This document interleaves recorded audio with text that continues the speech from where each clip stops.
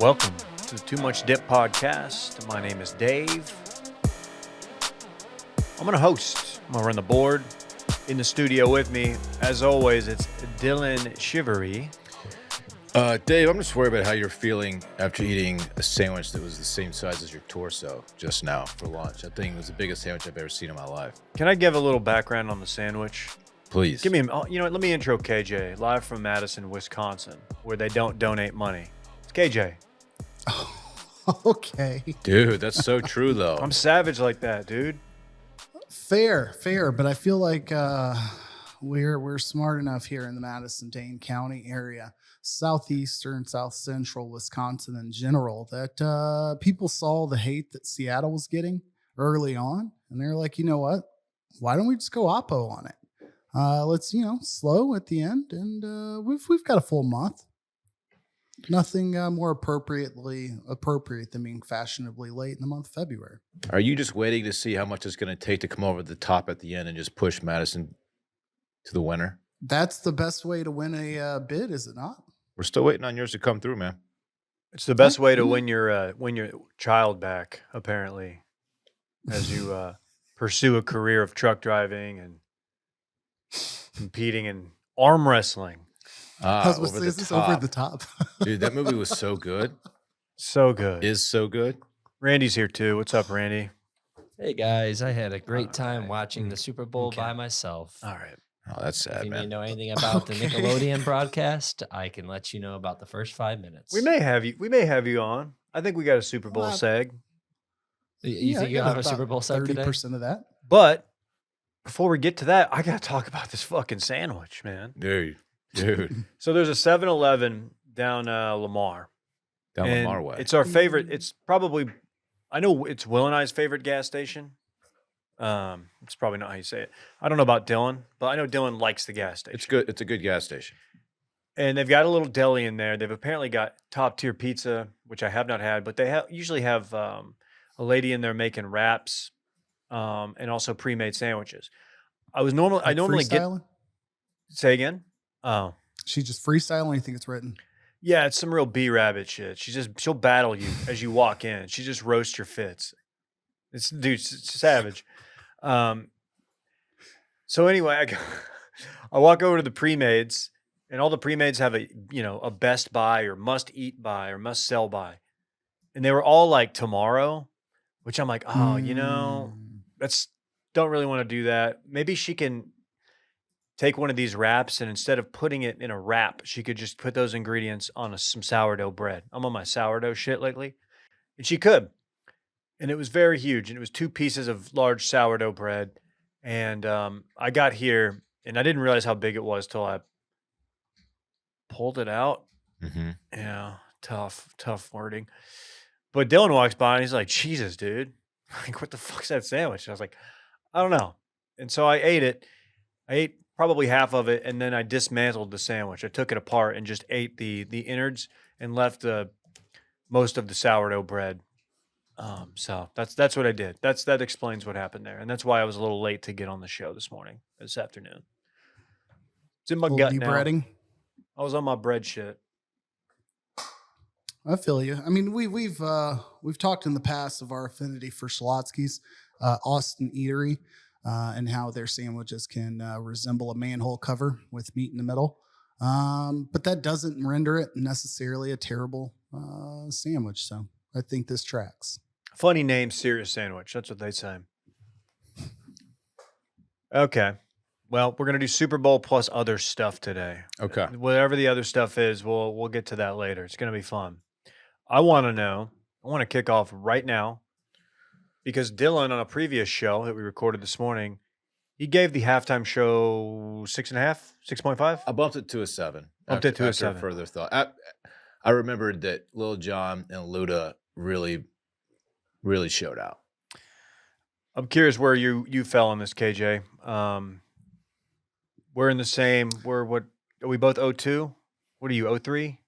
I was 05. As I am the youth of our show. That's close. People will not believe that, as I'm probably too friendly with the invisible enemy sugar than you two fellas are. So I age at a rapid rate. Okay. Anyways, I let me. I'm trying to frame this properly. I don't knock the artists for like some of the audio issues that was going on in the first part of the performance. I could do with or without all the guest shots. Usher was phenomenal. You know, Usher also played like a huge role in my youth. I think he was my older brother's like favorite artist growing up. And in that 02 to 05 era, the hip hop R&B segment was like prime real estate if you were not like credible as like a aggressive rap thug enjoyer when it came to like social circles. I'm going to put that in know my how to Twitter phrase, bio. like you know, like I love DMX, loved Master P, No Limit, any of that. Big fan. But it was probably certainly more plausible for me to be into your Ushers and Marios and whoever else of that era. So Usher was the king for me. This was elite stuff. And he could have came out and done one song and I would have been satisfied. Someone brought up the T-Pain Usher interaction on a plane that happened back in the day after T-Pain blew up. And I forgot I didn't like Usher after that. He was a big jerk to him. Yeah, he told him he ruined music. I Yeah. believe was what he just straight up said. He ruined R&B because of the introduction of autotune. Auto-tune. He went crazy with it. And I remember being like, wow, now I don't like Usher now. That's not cool. Everybody likes T-Pain. But last night, man, I got to say, the entire party T-Pain was... and Marshawn Lynch of music. Ooh, okay. I'm going to let you unpack How this so? out. How so? Dreadlocks, ethnicity, ability to vibe just in general. No, like just universally likable and like their post-career like media engagement is way better than anything you saw like during their career. I didn't see one T-Pain interview or like outside of his music videos like presence. Post-career everywhere. Same for Marshawn Lynch. Anyways, go on. He did a tiny desk. He's doing he did a cover album in Aussie shouting him out. He says the best War Pigs cover of all time. That's insane. He did a whole tour that was like called On the Road to Wisconsin, like where he thought it was somewhat of a joke to be like, I'm just gonna go do shows. And like that was finishing his tour in Wisconsin was the whole bit. Anyways, whatever. Usher. I want to say, long way of saying, I loved it. I thought it was really good. When they brought out the roller skates, and I assumed Usher would not be partaking in the roller skating because you can't have the talent on skates, especially without a helmet. Too much of a liability. He put the fucking skates on and continued the fucking party. That dude's smooth though, man. He's got moves. He can handle himself on some skates, man. Are roller rinks having a resurgence? No. The Atlanta skate culture is solid too. Not to just point to the T.I. Big Boy Megan Good maybe movie ATL, but I think that is a part of their hip hop culture in Atlanta is very closely tied to skating, which is where Usher hails from. Was ATL a prequel to ATM? Because I did see that. No, ATM's usually a prequel to upset relationships. Oh man, you guys don't have to take it there. You just don't. I know we always take shots at A&M. Sorry. They're not talking about the automatic teller machine either that you withdraw money from. You catch me at the bank right now. I thought it was good. Did you think was it uncomfortably handsy with Alicia? Yes. Which is weird because like the entire time me, an adult who's fully aware of like her marital status and her whole general like seductive vibe, always like overly into everything she's saying. Like that's just who she is. She sold the part. And Usher, that's Usher's role. The like pre like performance video of like the may create relationship issues. The whole time like Swiss Beats, where's he at? We're gonna get a crowd shot of Swiss Beats. Well, the Swiss Beats story. I believe he was married potentially with kid and they had a little affair action, and then Oh, he ended up with Alicia, and he is still with Swiss Beats is still with Alicia. correct. But I was watching that, and I was just like, those hands are getting a little handsy. I know we're entertainers, you got to sell it, and he had the glove on, which makes it a little weird. I get the glove. We're giving a shout out to MJ, I'm assuming, but come on, man. Yeah, 100%. Alicia's great though. The roller skates was like the elevated moment of it for sure. They tried to do a little bit much with the camera work and like too much of like the Vegas different costumes. So I don't think that it landed like how well the choreography was in the first like third of that performance. So it was just a little bit of a mess from like a get the cameras where they need to be standpoint. They watched way too much of the Weeknd's performance. But once he settled in and like got into like doing his bit, you're like, oh shit. I see why it was Usher and not like Genuine. Granted, Genuine's taken like a fall from grace, but his verses would not be a competition. Usher would win by like 10 songs. Right. I lost a huge prop bet. I put about $1,000 on a hologram Frank Sinatra making an appearance. It just didn't happen. Okay. Oh, from my Vegas. way? Yeah, the Vegas. It's a Vegas play as well. We were Sure. talking earlier about why were there no Vegas people. No Blue Man Group. No BMG, no Wayne Newton. I know KJ's a big Wayne Newton guy. Yes. Yeah, the Bachelor's Own. He famously was on. That's a pretty big get for them, honestly. It was one of the more bizarre Bachelor cameos. But yes, they did have Wayne Newton. They went to Wayne Newton's house, didn't they? Yes. Like Vegas Vacation? I guess. Yeah, he didn't even do like the cheesy tuxedo, bow tie undone, like crooner at a night lounge look in the beginning. And I thought that would be an easy go-to.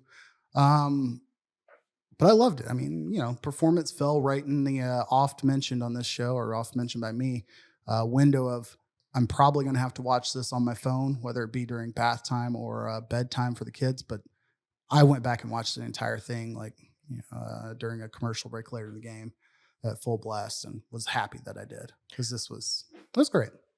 I know we do content for a living, but I'm a guy who I'm at a Super Bowl gathering, which I was, and the halftime show comes on, or if it's anything, any of the preliminary stuff, I have to like be close to the TV so I can hear it.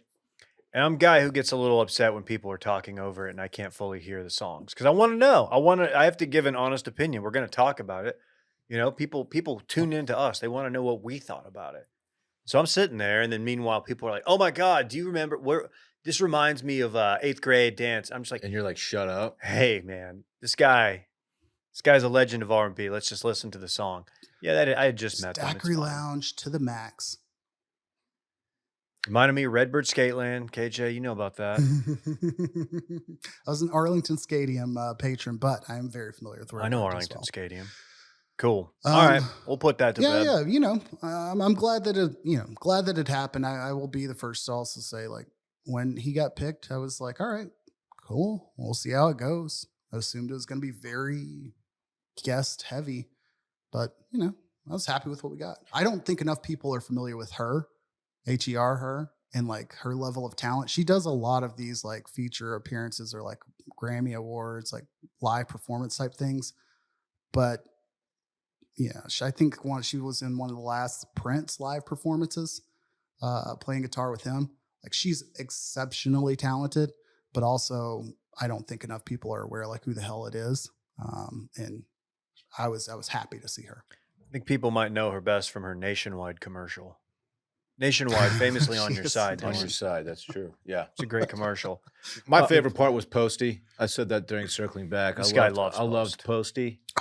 I thought he brought it. I haven't seen it. I need to go back and watch it. I'm sorry, I've missed it. I was too busy watching okay. Bikini Bottom during this segment of the You show. can find it. I think it's available. Did he do via well? via the internet?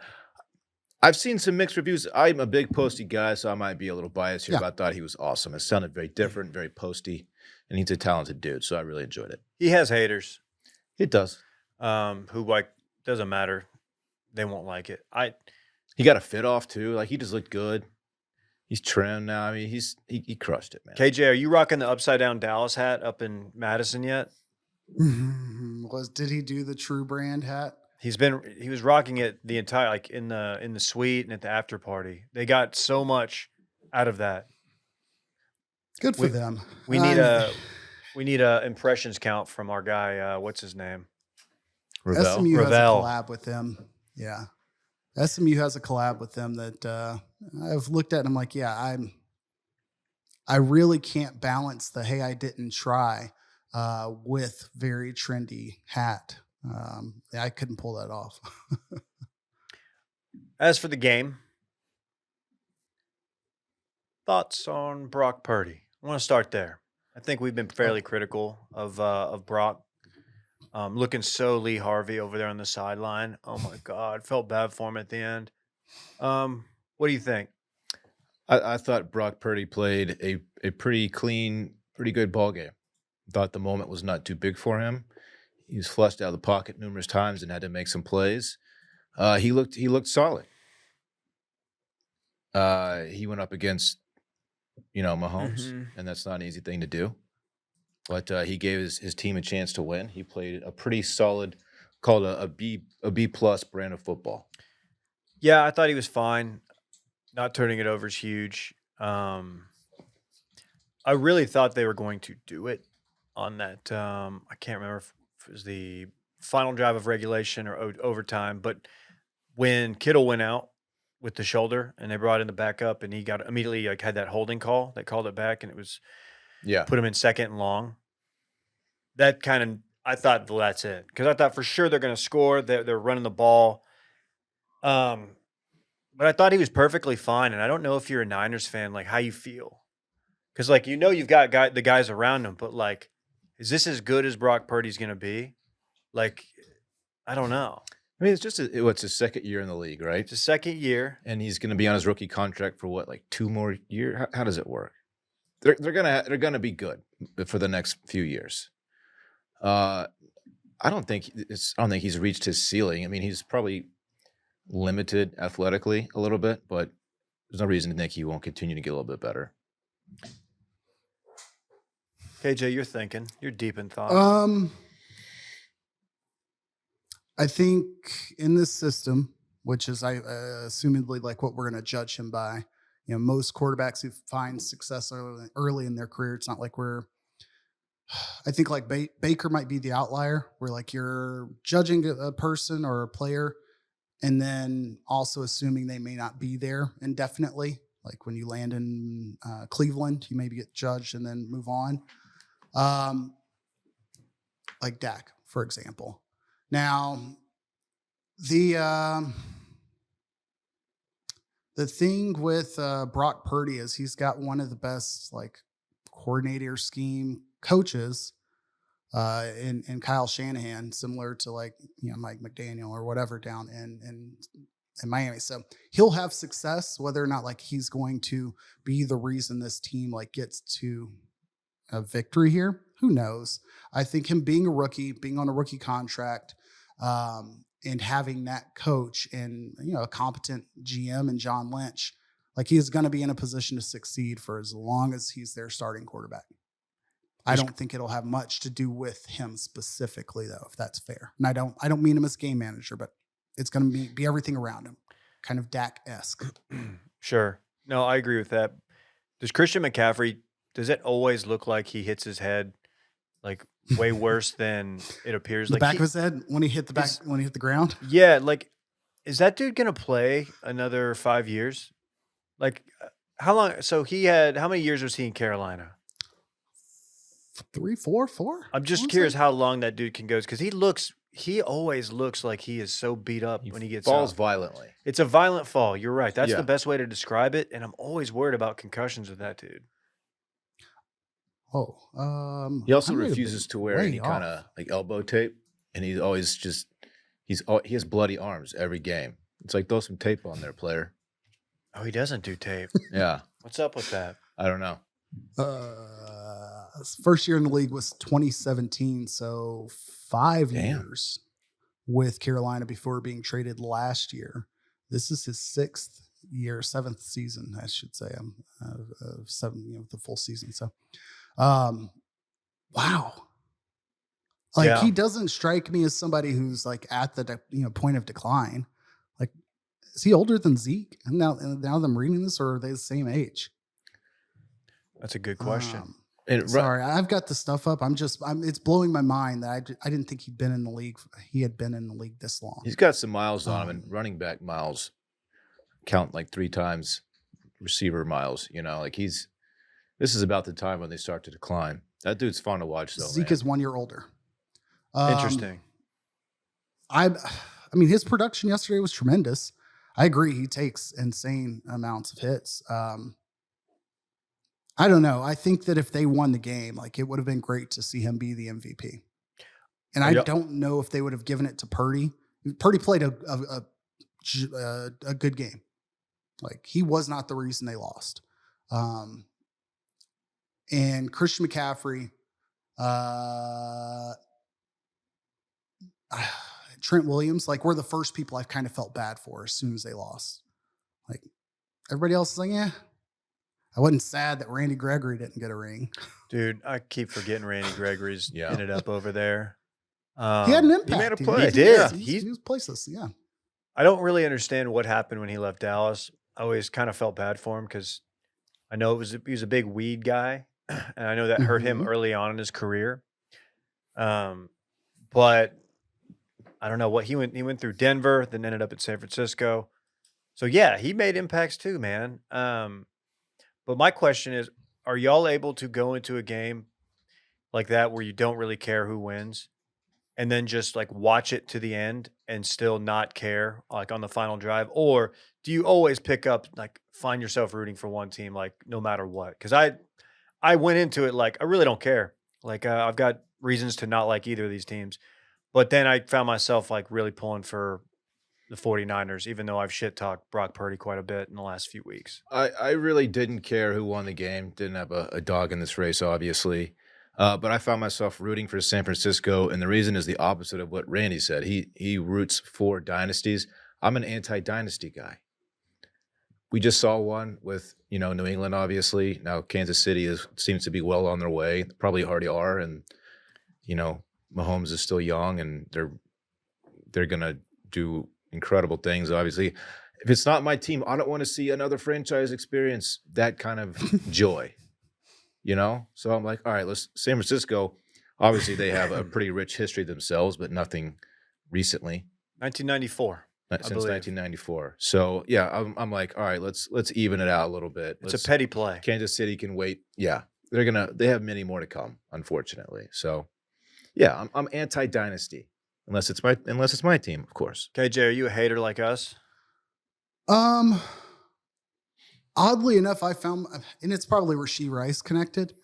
Like in the game, I was rooting for him to, make plays, have an impact. Watching him get into it with Patrick Mahomes, I was like, "What the hell happened?" I was pissed that they didn't show the replay right at the end of regulation, and they showed the replay, and like, this game could have been over. Yeah, very, very clearly over had that play been made. But who am I to judge Patrick Mahomes' judgment? Were you thinking Russell Wilson? Were you thinking Seahawks on the goal line against Pete Carroll wants to give Russ the glory instead of just giving the ball to Marshawn, and they want to instead. And then this one they're forcing it to Kelsey there. When I know that's not what happened. I know it's way more, but I did have that thought once I saw that on Twitter that, oh, fuck, he was open. That's what they were bitching about right there. Part of him being open probably has to do with the reason that the play didn't go to him too. Like, it's not that they expect him not to make the play, but like you kind of leverage your defense in a manner to try to stop the biggest threat. Nobody's going to say that Rashee Rice is a bigger threat than Travis Kelce. And the play isn't designed to say like all 5 options are available all at the same time. So, like, if Travis Kelce's your first or second check and Rashee Rice is your third or fourth, it didn't get to him. It was a under stress throw. And again, the angle that I saw was not, from behind the QB or anything of that nature. They still won.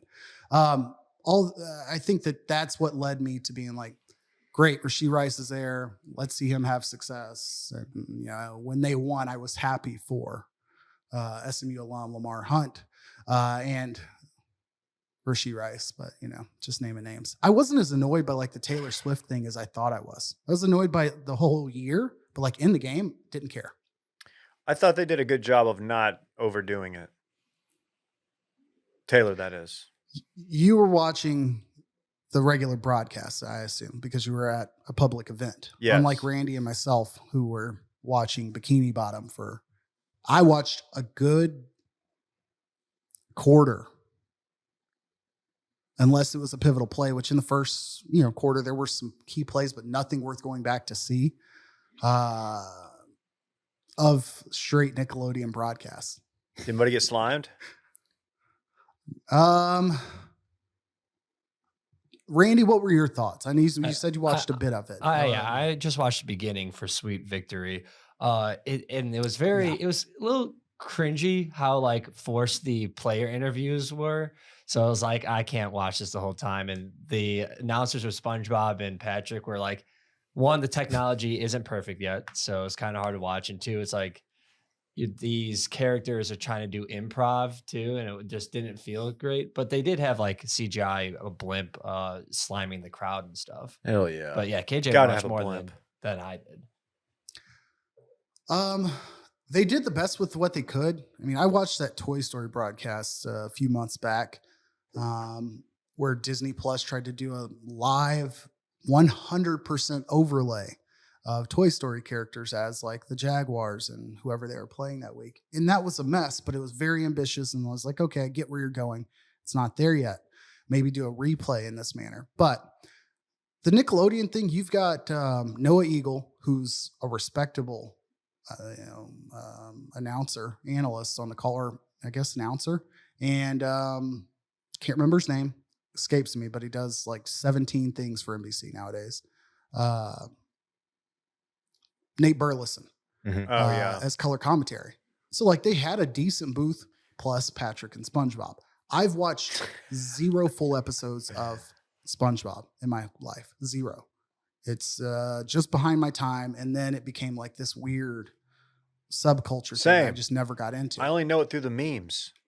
Yeah. It just like, even before memes, like it was things that people were wearing. Like you were probably our age, would be people wearing Tweety Bird like slippers to school. Oh yeah. A Taz shirt. Yeah. Like it was that. Those are But hot. for, classes behind me were doing this with SpongeBob. And I was like, that's kind of weird. Real weird. Anyways, the biggest thing that stood out to me watching that broadcast, because I know that's why everybody's here, they would cut to crowd shots that were not at the game. Yeah, that was weird because they're all dressed up. They would in, go like, to the crowd and it was clearly like daytime and people dressed up like with Patrick costumes on, and they would use those as like crowd celebration shots. But something like in the visual of it, like the filter, the lighting was off, even like the sound was off. It just felt very janky.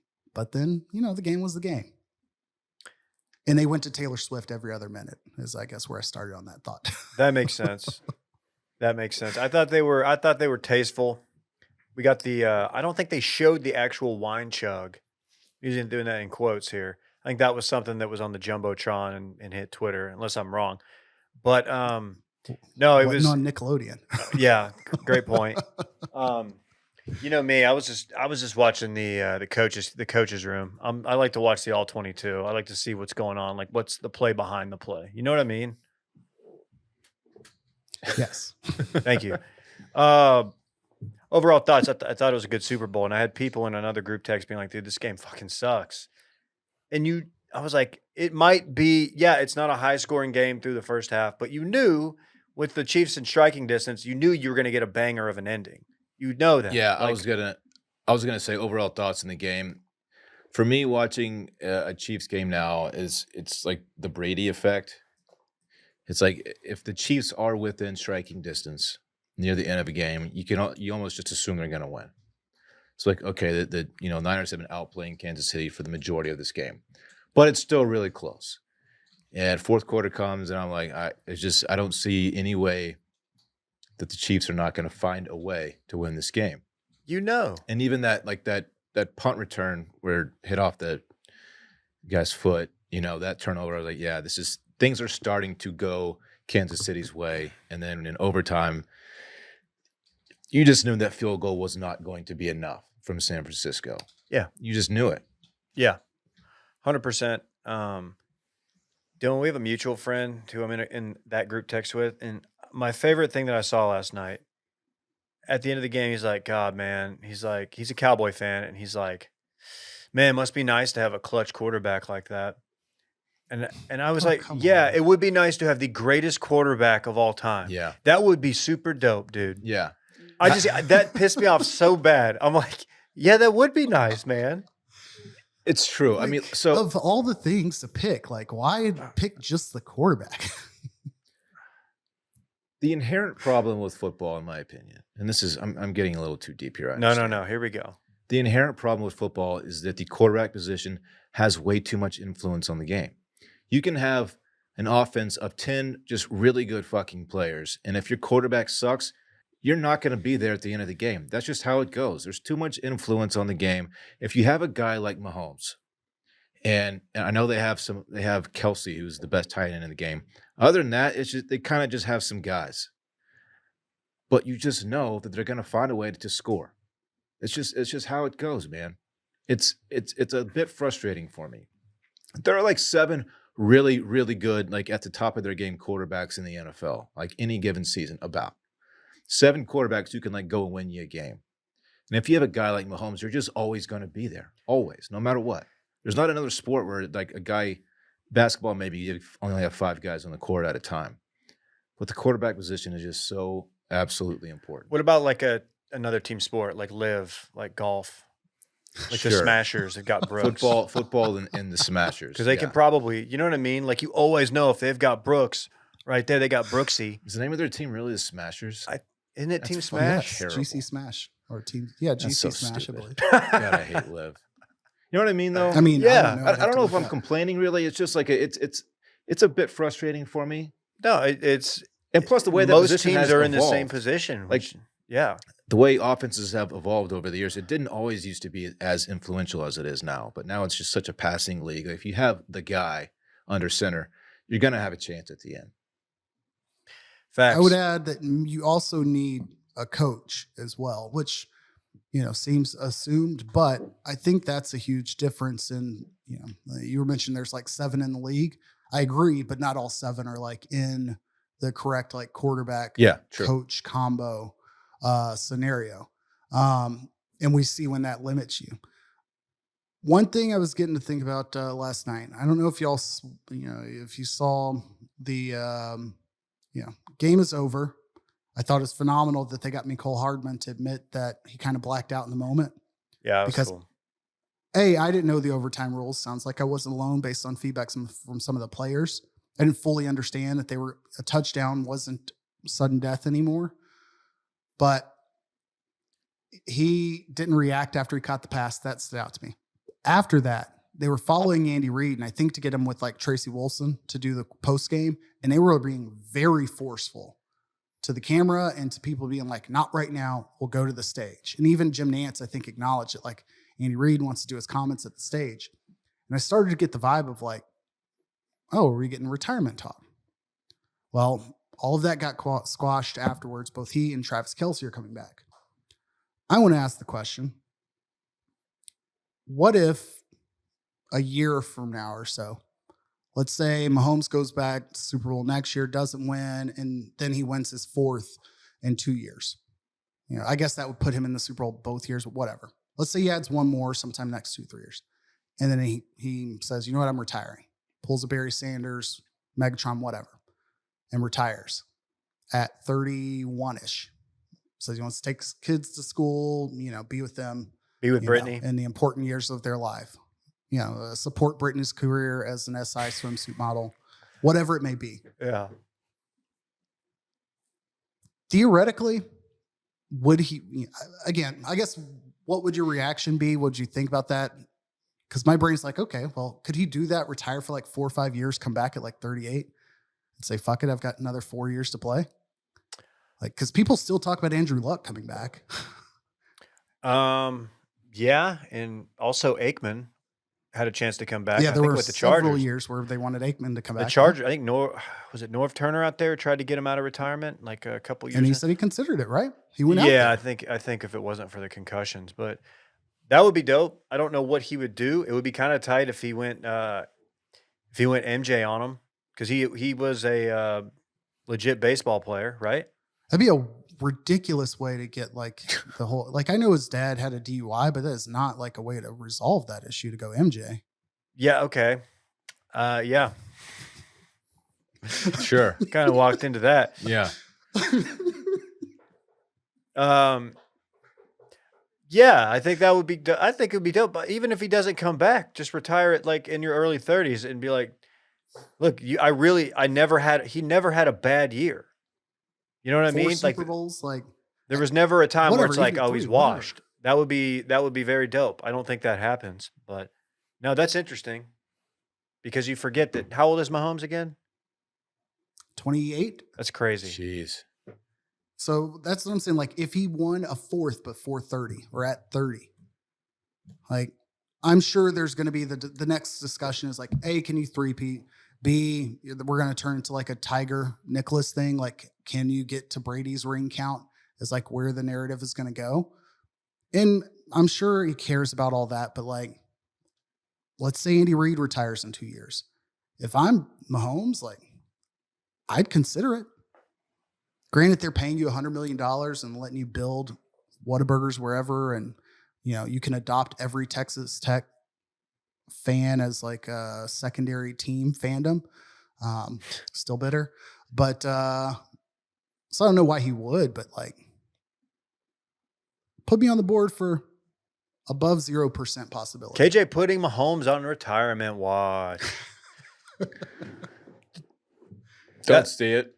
Don't see it. That last play, by the way, the winning touchdown was so dope. And you knew Loved every bit of it. You knew. But the craziest thing about it was it's really, really hard to be a hard man when you're blackout.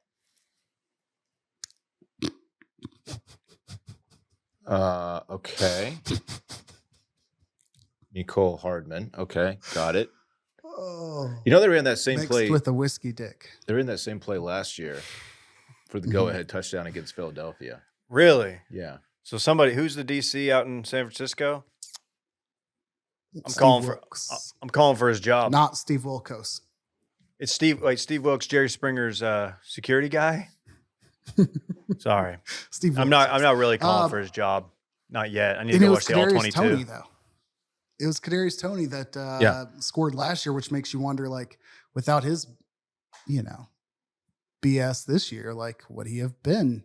Would that have been his exclamation point? For Mecole Hardman to do it and have started the year on the Jets, I thought was cool.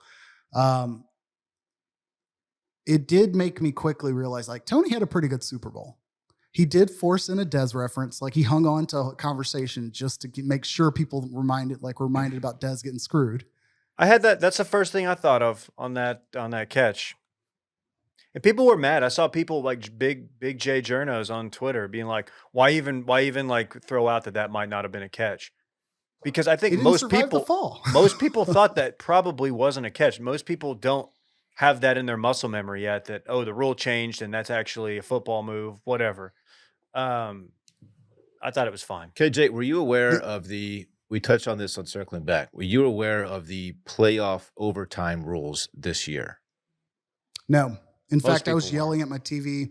Well, not only was I not aware, but like when they explained it, I didn't fully grasp or understand. They didn't give you the overlay. 99% of the time for the generic overtime rules, both in college and in the NFL during the regular season, they throw a graphic on the screen. You didn't get that this time.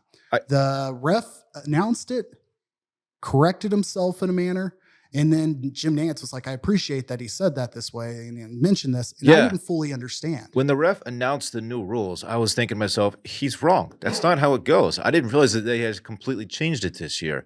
Not only that, Kyle Juszczyk and Eric Armstead, both of the 49ers, post-game presser, they both said, I didn't know the rule.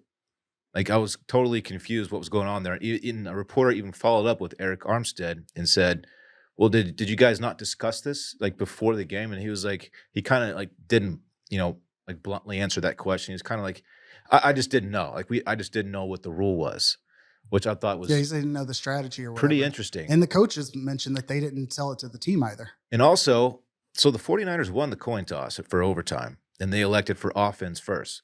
Some people think it's Mhm. because the defense was worn out. They've been on the field a bunch, but it would make sense from a strategy standpoint to go defense first, right? It almost becomes a to college college, experience. just like Yeah. college Yeah. situation. I thought that was very just kind of glossed over and very interesting. That's on the NFL. It's on CBS for like, because I don't think the general viewer knew. I certainly didn't. I was screaming like at 3:45 or so left in overtime of like, you're gonna have to start watching the clock. Like, because I knew that the clock wouldn't matter if it was tied, but I'm like, but they've kicked a field goal. If the clock expires and you're down 3, like I thought that would matter. You know what I mean? Like I thought, Yeah. you know, it does then become like we've played 15 minutes and you're still losing. You don't carry it into the next quarter. Obviously, I was wrong there. Tony Romo actually did a good job of explaining why they weren't panicking when the clock was like under a minute at the I end. thought of the that first. was a highlight of his That's night. when I got it. Yeah. That's the moment where I finally caught up. I really don't like the fact that that's how the game, the overtime plays out. I think you should be able to end the Super Bowl in a tie. I think if that's the way, the game ends, that's why keep making rules and why, you're basically giving a lifeline to these two teams that refuse to win. Like, why give a W to someone who refuses to go out there and take it? Why not just say, hey, this one, neither of these teams wanted it. Just rings for everybody. Like, here we go. No rings. No rings. You get a banner, but no rings. Yeah, Nobody wanted it hard enough. You got to go get it. It's like when you, here's an analogy, a combat sports analogy. People will love this. In MMA, when you're fighting the champ, and let's say you win the first few rounds and it's a 5-round fight. You go out there and coast through the last 2, but the champ brings it on. No, you got to go out there and take that belt. So place that into the Super Bowl. Now explain what I was trying to say, Don. I'm just updating. Run it back real quick. Dave wanted a tie I want a tie to be in play. in the Super Bowl. Okay. I want got it. someone to earn it. It kind of feels like, I don't know, it just feels like handouts. It's like, okay, I guess we'll just keep playing more so somebody could win the fucking game, even though nobody really wants to. That's just my thought. I don't know, man. I like to throw out different things. Why the change in format this year? Why? They're always Bills tweaking. Chiefs game Scriptwriters. of last year. Huh? The Bills Chiefs AFC title game last year. Mm. Tremendous game, one of the best games of the playoffs. Back and forth. The Chiefs score to tie to go to overtime. And then they get the ball first in overtime, go down the field and score. And Josh okay. Allen never got a chance to respond. Nice pull, But KJ. surprising, like this was the quickest I'd seen a rule change. And then kind of ironic that it didn't come up in any of the, it was in place for the other playoff games in the playoffs. They just didn't have any Right. overtimes in Just which didn't, occur. where it came up. Sure. Tremendous call out that Tony Romo handled that well, and then he explained the final play really well. And so maybe that's what my lasting memory of his performance was. But he did both of those things phenomenal until he force fed Jim Nantz. Great year. I love you, Jim. Rare Say Jim that. Nantz L last night with the 333 yards and the address to this stadium. Did you see Oh that? my It was God. that was such a plus the, reach. Come on, man. when it was tied at 19's usually a winning hand in this town. And then Tony screwed it up by like stretching it. Well, 3 more and you bust. And they like went back and forth. I was like, just How it stop. goes. Yeah. That's where Tony's at his worst, dude. I thought he overall, like, breaking down like some of the plays and why certain things happen. Like, this is why this worked. This is the play that Andy Reid, when he gets giddy about like looking at Andy Reid's offense and being like, this is why he had so much room to run up the middle. I'm like, dude, hell yeah, Tony. This is vintage Romo. And then he's just trying to like go back and forth with old man Nance.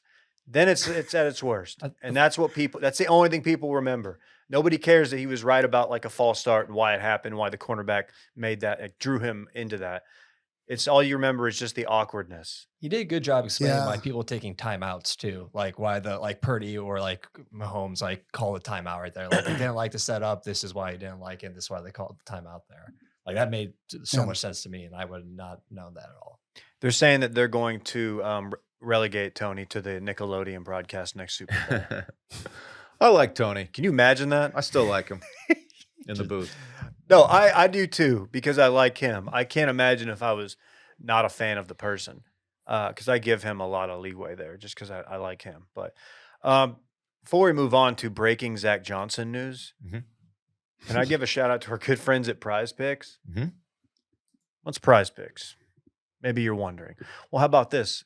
Prize Picks is the largest daily fantasy sports platform in North America. The easiest and most exciting way to play DFS. Just you against the numbers. Instead of battling thousands of other players, including pros and sharks, you pick more than or less than on 2 to 6 player stat projections and watch the winnings roll in. Basketball season's here. You can now pick combo projections across hockey and basketball from the Specials League, a league created specifically for combo projections that includes 2 or more players from different sports or leagues. For example, let's say LeBron James and maybe Tyler Sagan, like a 10.5 combo of 3-pointers made and points scored. How about something like that? Or you want to get real wild, play along some of the Prize Picks favorite players like rapper Meek Mill and comedian Andrew Schultz. You could find community plays under the promos tab of the app and view entries from some of the biggest names in Prize Picks community each week.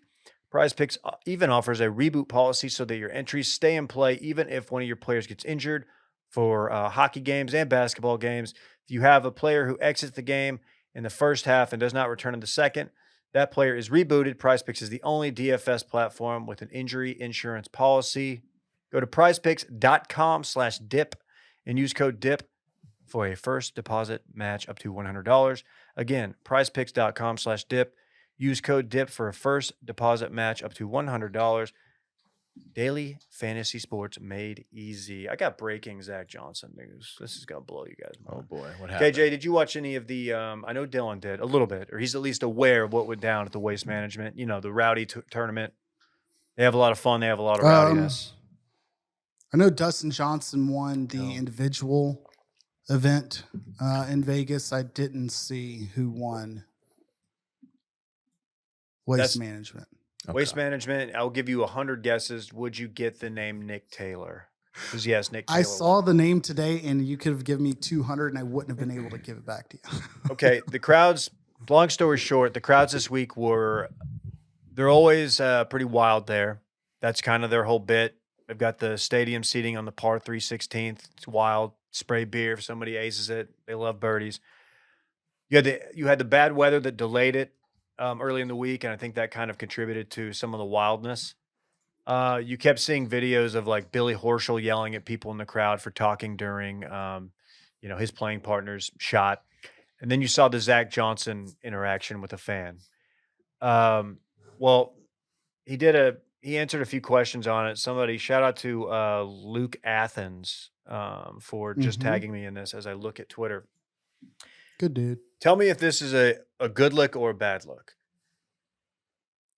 Interviewer. Obviously, we saw your interaction with the fans there. Just wondering if you felt like, obviously, this tournament embraces the fans, but if you felt like it crossed the line a little bit this week. Zach Johnson. If it crossed the line this week, what's the line? I'm asking you a question. That's for you to set it. Did you feel like things were over the top in a way that was inappropriate over the course of the week, especially on Friday and Saturday here? The tournament has been inappropriate and crossed the line since I've been on tour, and this is my 21st year. Question. At some point, was that a good thing, or has it never been your cup of tea? Bottom line is, I don't have to play if I don't want to, but I keep coming back. Question. Why do you keep coming back? I don't dislike the golf course. I like the greens. I try to avoid playing on the West Coast, and these are overseeded Bermuda, so that's usually how I base my schedule. And usually it's bouncy, so I can even get loft to my hands. But this week it was wet, so typically I base it on the golf course. Okay. So basically, it's not his cup of tea. I wasn't expecting him to give that Go all reason Shambo for on why you. he doesn't like to play on the West Coast. That's interesting. Yeah, I thought so too. Obviously I'm not the caliber of golfer that Zach Johnson is, but I never consider the type of grass and how bouncy the greens are when I'm deciding whether or not to play a course. At some point, I don't know where the line is, but you have people falling out of the rafters. That did happen. Shout out to her. I hope she's okay. You have fights in the stands. It's to the point now where how do you reel it in? Because it's taken on a life of its own. I think the Thunderbirds probably need to do something about it. The fabulous Thunderbirds. I don't know what the Thunderbirds are. I'm assuming they're ashamed because at some point, someone's either going to get really, really hurt or worse. You've got a woman falling down 20 feet. Yeah, they're right. He needs to just not play this tournament, I think. It's not his thing. And No, it's they not. do need to lock it up because I have no desire to go to that tournament. Watching everything and watching the crowds and watching how hard it is to go from one hole to another. And you got just dudes just pants beers all around. If you do play in this tournament, you have to expect that people are going to be chirping at you. You're going to see, people funneling beers in the stands and yelling and throwing hats onto the green, when you stick one, all kinds of shit like that. That he knows that this is what goes on. Maybe it's gotten worse over the years. That's certainly possible. But his reaction to whatever was said, I don't know exactly what was said. Apparently he was being chirped about the Ryder Cup. Yeah. Many people blame him for so undeserved. Yeah, I think no, it had to have been. I can only imagine what they were chirping him like specifically, but look at the size of your head, Zach. That shit would get to me too. That shit would get to me. It would get to me if I'm inside the ropes and I'm like, this is how I make a living. Like I'm trying to go low. I'm focusing, and some asshole who's 13 Miller Lights deep is just just talking shit. Like, dude, fuck you. I threw this out as a joke on Twitter, but I actually kind of more I've thought about it, like the idea of like should be factored in how you react to this kind of interaction when you're getting chirped, this kind of tournament. When you're picking people for a Ryder Cup, because you're going to get chirped if you're in Europe. You're going to get chirped, probably worse, and that's part of the deal, and they know that. But if you can't not melt down, maybe you don't want a guy with thin skin on your Ryder Cup team. Maybe. That might have been like the way that Zach could have spun this positively. Been like, it's a lot, but you know what? We fell short at the Ryder Cup, and those are a lot too. Coming to events like this will help prepare you for, those settings. So, I didn't respond well today. I'll do better next time. Like he could have taken that so much more positively, even if he didn't handle it well in the moment. He could have handled it phenomenally by bringing that point up. It really, I think I saw the comment of like, this is exactly what Liv thinks it is. And it does make me wonder, like, I know that Liv probably set out trying to recreate this to some degree in so many other places. And obviously there's a zillion reasons as to why they haven't. But if you're the venue, you don't want to change anything because you're printing money. If you're the sponsor, if you're happy with it, you're not going to change anything again because of the money. People talk about waste management constantly. So next time that you're contracting a trash and or recycling services for your local business, you would think of them. So like, nothing's going to change unless the PGA cares, but the PGA is not in a position to start like preaching decorum in current day golf. Like it's just not going to happen. So they'll forget about it in 2 weeks when something exciting happens at the Valero. Okay. Good pull. Shout out to the Valero. I know my sketch. For the record, the Thunderbirds are the philanthropic wing of the tournament. So it's like they're who are the ones at the Nelson? They actually do raise a ton of money. The Dallas Salesmanship Club. Salesman's Club, yes. Salesman's Club. Yeah. So that's I hate that I know that. Dude, Dallas guy, Dallas-ish. Another good pull from KJ. Yeah. Dude, KJ with all the pulls. We don't have to really talk anymore golf. I just wanted to, I saw that and thought it was pretty ridiculous. The two Corn Ferry ones, because we talked about there being a 57. There's a lot that doesn't matter in this story. Then there was a 58 the next day. My dumb, generic, casual golf observer question is, how does this sort of thing happen so regularly? Now that there were two of those, does it seem like it was just how this particular course was playing? Yeah, I'm guessing very favorable conditions contributed to those low scores.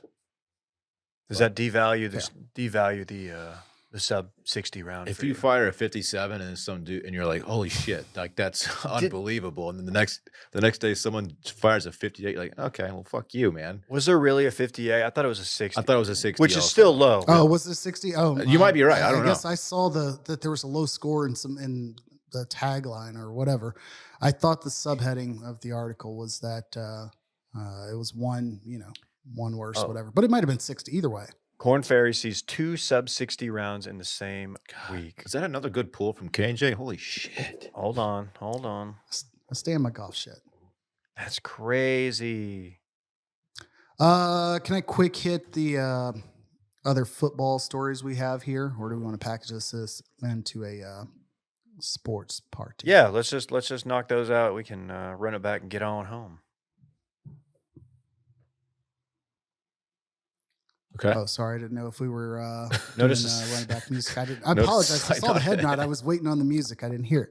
My bad. I was waiting till you're cooking. Kobe got his statue. 19-foot Kobe Bean Bryant, a.k.a. Black Mamba statue has been erected outside of the Crypto.com arena, where you can see Kobe Bryant pointing to the sky, ironically. Because he's passed away. Oh, man. Is that the irony? He's a dead NFL Hall of Fame. Dude, just can't. You're not going to comment? I know where he was going with that. Yeah, I know. I think so. You just put us in the awkward spot here. They should have made it half Kobe, half actual like snake. That would have been sick. If instead of like a ball, I haven't seen the statue, but what if he was shooting a ball that had like a snake head? Just throwing around bid ideas. I know. You see what his wife said? No, but I'd like to. I'm a big fan of her. That she said, if you have complaints about the statue, I'm sorry, but he actually chose like the positioning of the statue. Like he designed it himself.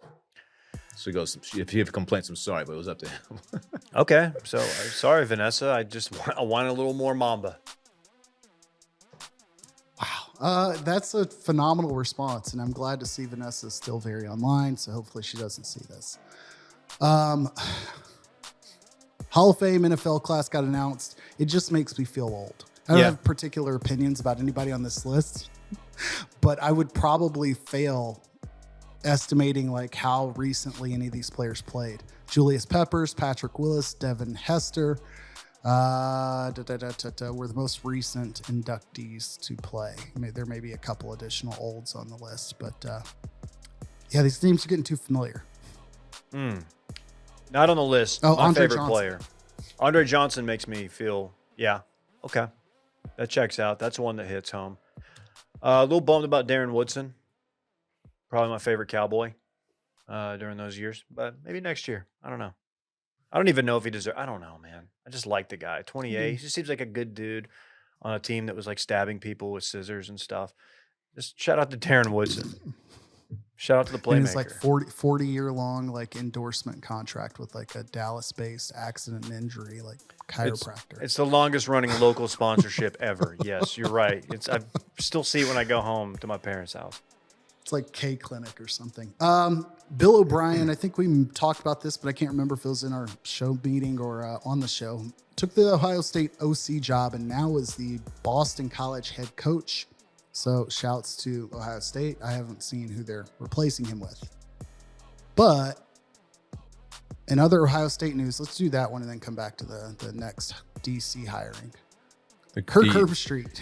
Yeah, Kirk Herbstreit getting some criticism for tampering. I don't know if that word perfectly describes what's going on here, but Dylan Raiola, who's the 5-star quarterback who originally committed to Ohio State, decommitted, committed to Georgia. I guess a story came out that he was considering going to Nebraska to be coached by Dave's boy, Matt Rule. Yeah, hey, what's going on? I don't know I guess Herbstreit had a pre-existing relationship with the family, but apparently he called Raiola's dad and he was like, Nebraska is a good spot. He needs to go ahead and decommit from Georgia and go to Nebraska. And Raiola's dad was quoted, I forgot who wrote it up, but he was quoted as like basically airing it out that he did this. And so, some folks are not happy with Kirk on influencing where a high school prospect is going to play his college ball. Yeah, I don't know if there's anything ethically wrong with it. I mean, I still have more issues with him and his Florida State, calling out Florida State and Florida State fan base during that whole thing, during the playoffs or lack thereof for Florida Yep. State. But it sounds like there was actually a relationship there, so he's allowed to give his opinion to a friend. Yeah, I don't know if there's And much. he's always been a big Matt Rule guy, even back to the Temple and Baylor days. So a couple notes on it. Dylan Raiola's dad is Dominic Raiola, who's former lineman for the Lions. 14 years with the Lions in NFL, all-pro lineman. Played at Nebraska. So when Dylan Raiola had originally decommitted from Ohio State, Nebraska was up there. So it wasn't completely out of the blue that he went to Nebraska. The other quick note that I was not aware of is Dylan Raiola played quarterback for former Detroit Lion / Dallas Cowboy quarterback John Kitna? Kitna in In Burleson, Texas. Oh, I thought it was Waxahachie. Because he did Waxahachie briefly, but he Okay. also was at Burleson for the Kitna, Elks. one of my favorite backups. Yeah. Whatever happened to him and his family? Shout out to them. I don't know if it was. Did something? There's He's something. been cleared. He's somewhere in another school or something like that. Okay. His son was busted for having Discord exchanges of photos of of age people. Okay. Okay. Well, okay. Well, I guess Final one. note. I'm just saving people the Wikipedia click. Dallas Cowboys have hired absolute psychopath Mike Zimmer as their defensive coordinator. Thoughts, feelings, emotions. Cool. Wish it was like a cool, young, Former- edgy guy, but he's a good coordinator. He's not. It's a perfect Cowboys hire for them. You could not have more of a red ass in the truest of the sense as your coordinator. Great coach by all accounts. I'm just going to be very interested to see because Dan Quinn does not strike me as that guy. He's a not player's that I coach. know the personalities of Trayvon Diggs or Michael Parsons, but they don't strike me as I guess one played for Saban and the other was at Penn State. So it's not like they haven't dealt with systems and hard asses, but Is this still neither done? strike me as NFL pros and stars, just people who want a heart, somebody like Zimmer, but we'll see. Is it done as of the last couple of hours? Yes. Okay. Oh, it says it's not done. Yeah, that's right.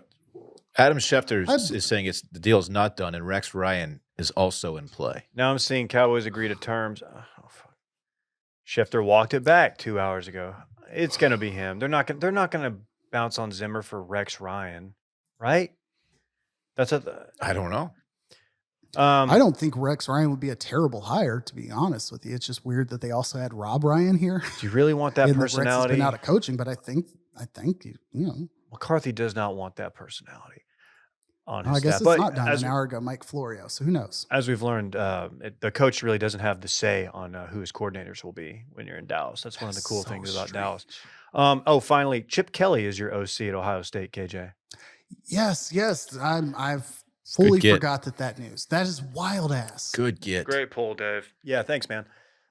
Yeah, Ohio State. Conference mate UCLA. That's a sick hire. That's a sick hire. Have to say. Dylan's just fucking typing. That's the fastest you've ever typed. I know. That was serious typing. That was a run it back edition. All right, let's run it back. Okay, let's run it back. Of course, that's the segment during which we talk about what we already talked about. Dave ate the biggest sandwich in Austin, Texas for lunch. Thanks. People forget Usher was a jerk to T-Pain that one time. The Atlanta skate culture is solid, per KJ. Dave wanted a tie to be in play in the freaking Super Bowl? KJ with a few really solid pulls this episode. KJ made a really awkward reference to Kobe being deceased. And finally, Dave with a decent pull himself at the end there, Yes. which I just typed in about 20 seconds ago. Yeah. And that concludes Run It Back. Hells yeah. All right. No more streams. Sorry. We'll be back next year, though.